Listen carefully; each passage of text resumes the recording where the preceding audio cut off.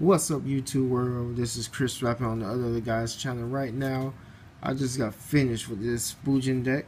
Right now, I like it. It's a slow place deck that's pretty good. I like it, and that's why I decided to run this deck. It took me 2 weeks to finish this deck, but I'll give you my deck profile of it.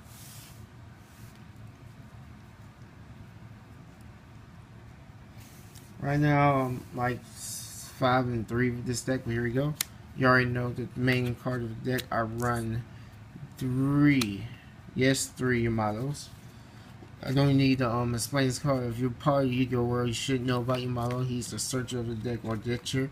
I like him a lot. That's why I run him at 3. Next, I run 2 here, me. I'll run 3 because I think 3 is cloggy. That's why I run 2. It's a pretty good card. It allows me to banish and get free special summon. It's good for a pushing game. Well, it's pretty good.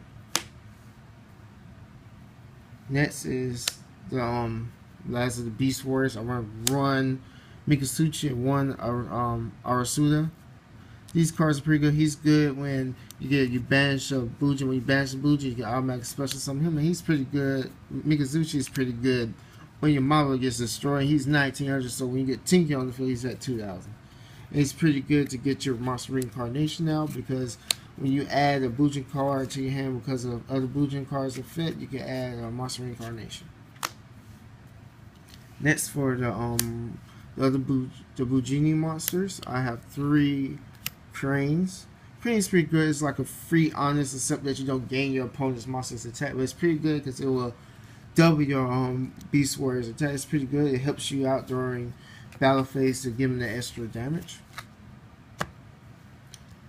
Next, I have 2 Hair. Yes, Hair is pretty good. It's a good card because like when you have Beast Warrior in your field, and you can just banish it from your graveyard, and they will always come back because of monster reincarnation. You banish it from your graveyard to stop a Bujin monster from getting destroyed. Next is for the cards that target. It's Turtle. Turtle stops your opponent from targeting your Beast Warriors, and it's pretty good. Next, I have my last one is Quillen. Quillen is pretty good because when you have that annoying monster in the field that can't be destroyed by battle, you can ditch this, save your model one more turn, and just banish this and destroy it. Next, of the $1 regular monsters, I run 1 Honest. No explanation. This is one of the best hand traps in the game today. It's easy to use. When you light monster battles, just ditch them, and you automatically engage your opponent's attack. Next is 1 Veiler. I ran that 2, but Veiler is always good, but I think 1 is enough for this deck. I tried running that 2. I keep running to double Veiler, and it's like this clogs up my hand and just like decrease my option of drawing to other Bujin monsters that I need. Next, for the spell cards, I run 3 Fire Formations Tinkies. If you run the Bujin deck, you need 3 of these. Everybody knows you need 3. Because if you don't have 3, 2, you might need... 2 is alright, but 3 is the best choice. It helps you search out a level 4 Lord Beast Warrior. And right now, you know, Bujin is mainly focused around this Beast Warriors. Next, I run 2 Bujin Carnations. I ran that 3. 3 is a little bit too cloggy. That's why I run 2. Because this is like a last resort card. You have no monsters on the field, and you can special summon 1 from you banish and 1 from the graveyard. It's pretty good, but it only works sometimes.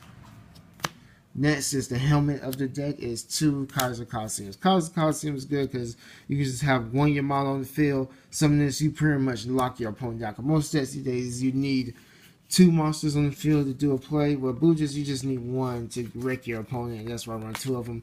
I really would run 3, but 2 is better because sometimes you don't want to. Because sometimes I catch myself drawing to 2 Kaiser Coliseums. Next is 2 MSTs. MST is always going to be a staple of every deck except Light Swarms.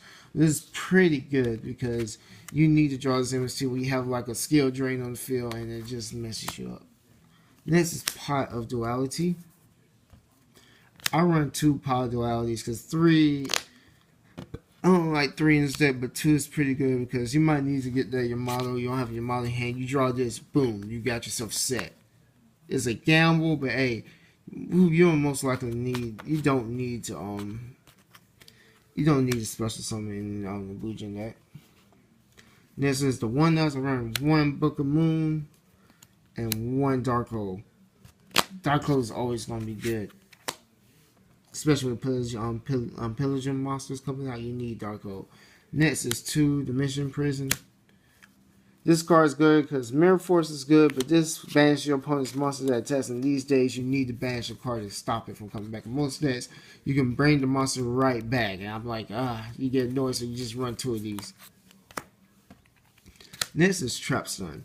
Trap Stun is really one of the best trap cards I think of today because it negates all trap cards effects throughout the whole turn. I like it because when you go against trap tricks, this pretty much shuts them down. Next of the 1-ups, around 1 Boundless, 1 Solemn Warning, 1 Mirror Force, because I always love Mirror Force, 1 Compulse, 1 Torrential Tribute, and of course Divine Wrap. Divine Wrap is good against a mirror matchup because when they drop their crane, you can use this to stop the cranes on activation or all these cards that need effects. This is like my Veiler of the deck. Then I discard 1 card. So say I have like a Bujin card in my hand, I don't need it in my hand, I can just use this to ditch it. Time for the extra deck. Sorry guys, I left it in my deck box by accident. But here we go. Let me just get it situated where I can get these out.